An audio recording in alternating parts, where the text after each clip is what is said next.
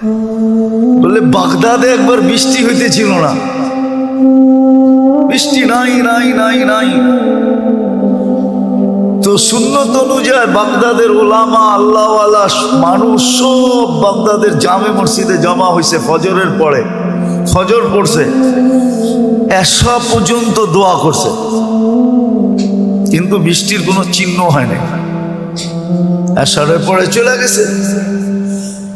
তো মালিক ইবনে দিনার রহমতুল্লাহ আলাইহি বলেন, আমি বসা ছিলাম মসজিদে,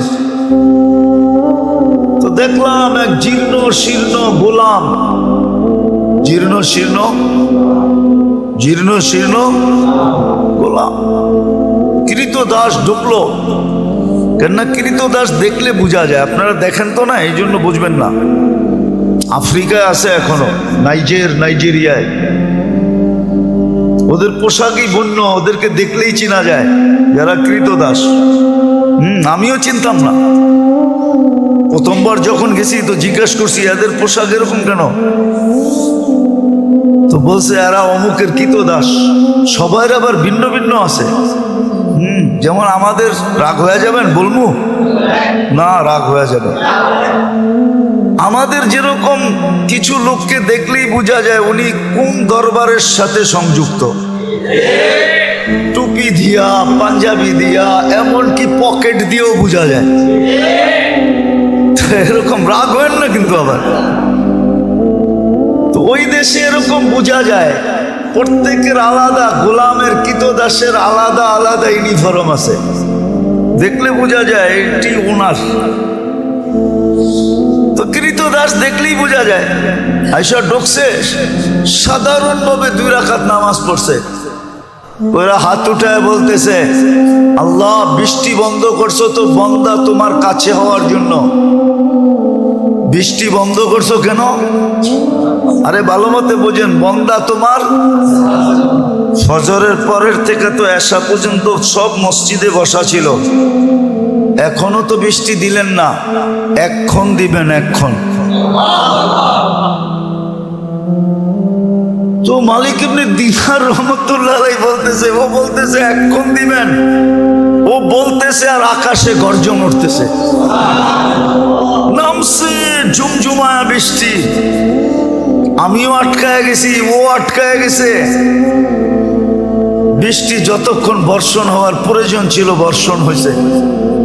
ও মসজিদ থেকে বাহির হয়ে চলে গেছে, বাহির হয়ে চলে গেছে। আমি দূরত্ব নিয়ে একটু পিছে পিছে গেছি, যায় কোথায়, যা দেখলাম এক বাড়িতে ঢুকছে। আর ওই বাড়ি ছিল, মালিক ছিল, উনি কৃতদাসের ব্যবসা করতেন, কিনা কিনা আনতেন আর বেশি দামে বিক্রি করতেন, ব্যবসা ছিল এক জমানা এটা।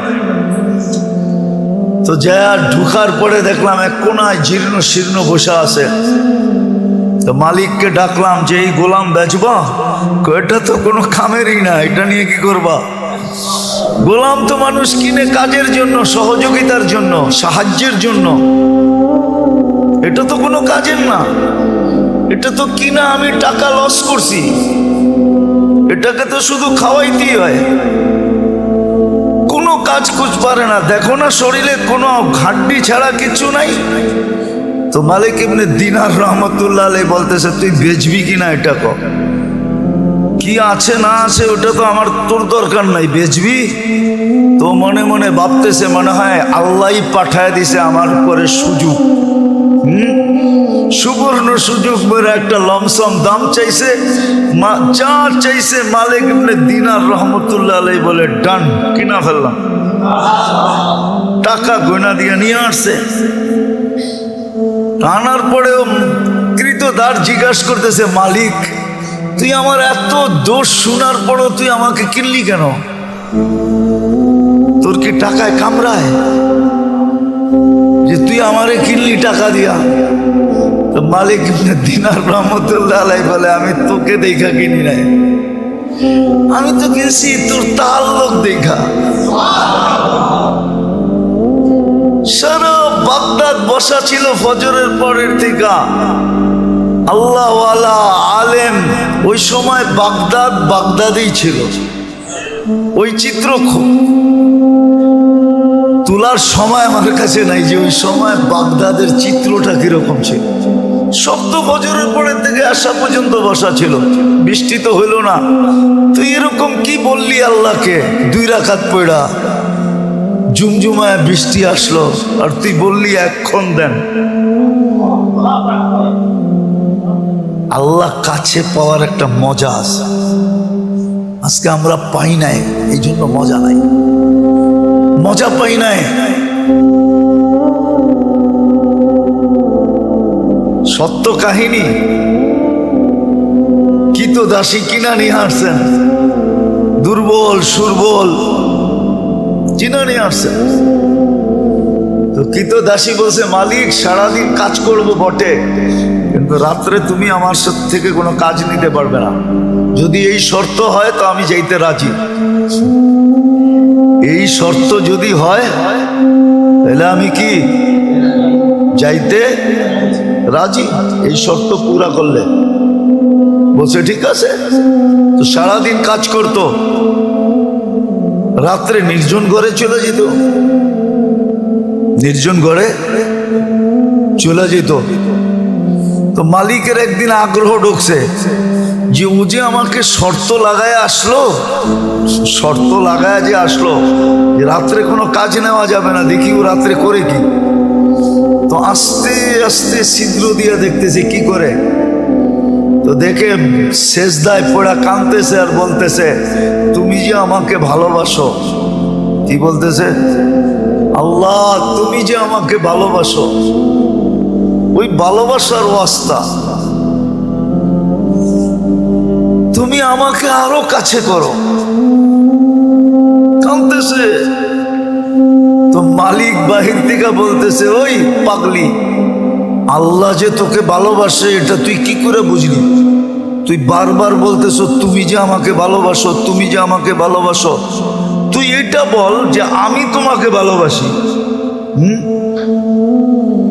তো কৃতদাসী সেজদার থেকে মাথা উঠাইছেন,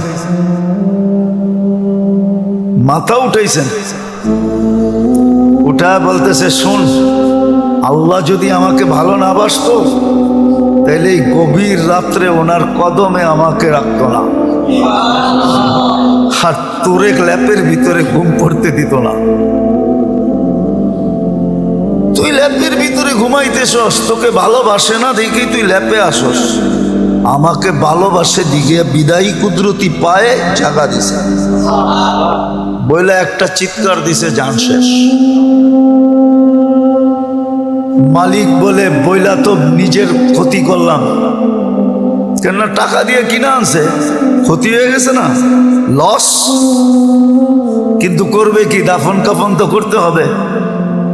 বাজারে গেছে কাফন আনার জন্য, আয়সা দেখে সবুজ কাফনে পেঁচানো, উপরে লেখা আছে, ইন্না আউলিয়া আল্লাহি লা খাউফুন আলাইহিম ওয়ালা হুম ইয়াহজানুন। এই কোরআনের আয়াত উপরে লেখা, ইন্না আউলিয়া আল্লাহি লা খাউফুন আলাইহিম ওয়ালা হুম ইয়াহজানুন। সত্য এটাই, সত্য এটাই। আমরা মনে প্রাণে চাই না যে আল্লাহর কাছে হয়েছে বা আল্লাহ আমাদের কাছে হয়েছে। আরেকটা মনে উঠলো, এই জন্য বলতেছি, রব আল্লাহ।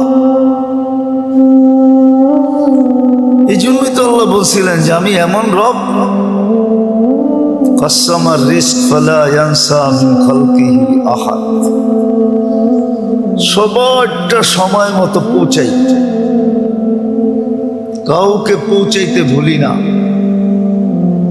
হ্যাঁ, আমাদেরটা আগে পিছে হইতে পারে আমাদের কর্মের কারণে, কিন্তু মানুষ আর জিন ছাড়া কোনো প্রাণীর প্রয়োজন সময়ের 1 সেকেন্ড দেরি হয় না। হ্যাঁ, মনে উঠলো, এই জন্য বলতেছি, জানি না আপনাদের মনে আছে কিনা, মুসা আলাইহিস সালামের জামানায় অনাবৃষ্টি হইতেছিল, বৃষ্টি হয় না, হয় না, হয় না, হয় না, জমিন শুকায়া কাঠ হয়ে গেছে। মুসা আলাইহিস সালাম বনি ইসরাইলদেরকে বলতেছিল, চলো আল্লাহর কাছে বৃষ্টির জন্য দোয়া করি। যেই খরা চলতেছে, কিছুদিন পরে কিচ্ছু থাকবে না। দেখেন না মাঝে মাঝে উন্নত দুনিয়া, দেখেন না আমেরিকা, কানাডা, ইংল্যান্ড, ফিনল্যান্ড, ইউরোপে মাঝে মাঝে দেখেন না বুশফায়ার হয়। বুশফায়ার বুঝেন? আগুন লেগে যায়, দেখেন না জঙ্গলে। হ্যাঁ, অস্ট্রেলিয়াতে হয়, এবার তো আমেরিকা হয়েছে জীবনের সেরা। তো এটা হলো খরার কারণে, শুকাইতে শুকাইতে শুকাইতে শুকাইতে এক সময় গরমের কারণে আগুন ধরা যায়। মুসা আলাইহিস সালাম চলছে বৃষ্টির জন্য, দোয়া করবে বনি ইসরাইলকে নিয়ে। আর আগে নিয়ম ছিল, যেদিন ইস্তেসকার নামাজ পড়বে ফজরের পরের থেকে কিছু খাবে না, রোজার মতো থাকবে, রোজার মতো। এমনকি বাচ্চাদেরকে মা দুধও দিবে না, জানোয়ারকে কোনো খাওয়া দিবে না, যেন সবাই আল্লাহর দিকে ফিরে। তো আধা রাস্তায় জয়া বলতেছে, চলো দোয়া করতে হবে না, বৃষ্টি চলে আসবে। বনি ইসরাইল একটু গারতেরা জাতি ছিল। গারতেরা বুঝেন? আবার বরিশালের মানুষ থাকলে চেতা যাইব, ঠিক না? মুই কি কম বুঝি? মোরে কম বুঝাইতে হইবে? মুই কি কম বুঝি? বনি ইসরাইল এরকমই ছিল। বলতেছে, মুসা দোয়াই তো করলাম না, আলাইহিস সালাম দোয়াই তো করলাম না, বৃষ্টি কোত্থেকে আসবে? তাইলে কষ্ট করে আনাইলাই কেন? তো পুরা জাতি তর্কে বিতর্কে জড়ায় গেছে মুসা আলাইহিস সালামের সাথে। মুসা আলাইহিস সালামের বলার ইচ্ছা ছিল না, তো বলছে, শোনো, তোমাদের দোয়ার আগে পিপিলিকার দোয়া কবুল হয়ে গেছে। পিপিলিকা আল্লাহর কাছে দোয়া করছে, লিমা তুআযিবুনা বিযুনুবি ইবাদিক, ইলাহি তোমার বন্দার গুনার কারণে আমাদেরকে শাস্তি দাও কোন দুঃখে? গুনাহ তো তোমার বন্দা করছে, মানুষ গুনাহ করে, প্রাণী তো গুনাহ করে না। মানুষের গুনার কারণে আমাদেরকে শাস্তি, এটার যুক্তি কি? কোন যুক্তিতে? তো বলছে, এই যে খরা, খাদ্যগুলা সব শুকায়া কাঠ হয়ে গেছে, আমাদের দাঁতগুলা নরম, চাবাইলে দাঁত ভাঙ্গা যায়। খাদ্য খাবো তো দূরের কথা, উল্টা দাঁত হারায়া ফিরে আসতে হয়। আর বৃষ্টি হলে খাদ্যের ভিতরে পানি ঢোকে, ওগুলা সফট হয়, নরম। পাউরুটি তো এই জন্যই পাউরুটি কয়, ঠিক না? টোস্টরে তো এই জন্যই টোস্ট কয়, ঠিক না? টোস্ট খাইলে মনে হয় যে কাঁকড়া ভাজা চাবাইতেছে, ঠিক না? কটকট খটখট শব্দ হইতেছে, ঠিক না? তো কয় যে নরম হইলে আমাদের খাইতে সুবিধা হয়। এখন তো সব কাঠ হয়ে গেছে, কামড় দিতে দেরি, দাঁত হারাইতে দেরি হয় না। আমাদের সাথে এই ব্যবহার কিসের জন্য? তা আল্লাহ পিপিলিকার অভিযোগ গ্রহণ করছেন, বৃষ্টি পাঠায় দেওয়ার সিদ্ধান্ত নিয়ে নিয়েছেন। তো যেটা বুঝাইতেছিলাম দোষ তো আমাদের, প্রয়োজনও আমাদের, দোষও আমাদের। তো সবচেয়ে বেশি ঘনিষ্ঠ হওয়া দরকার ছিল আল্লাহর সাথে, কেননা আল্লাহ মহাকর্তা, মহাপালনকারী, লালনকারী, পালনকারী, রক্ষক, সুরক্ষাকারী, হেফাজতকারী আল্লাহ। ওনাকে কাছে নেওয়ার, ওনার কাছে হওয়া উচিত ছিল, ওনাকে কাছে করা উচিত ছিল। আর সত্য আমরা করি নাই বিদায় মজা পাই না। যে যেটা খায় নাই ওরে বয়ান দিয়ে এটার মজা বোঝানো যাবে না, ঠিক না? যে যেটা খায় না ওরে ওইটার মজা বয়ান দিয়া, হ্যাঁ